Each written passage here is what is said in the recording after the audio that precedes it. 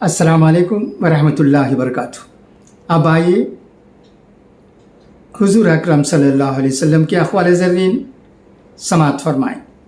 मुझे बच्चों की 5 आदतें बहुत पसंद हैं। वो रोकर मानते हैं और अपनी बात मनवा लेते हैं।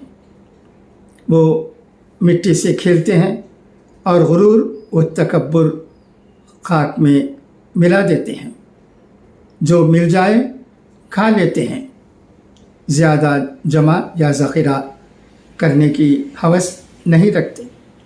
लड़ते हैं, झगड़ते हैं और फिर सुलह कर लेते हैं, यानी दिल में हसद, बग़्ज़ और कीना नहीं रखते।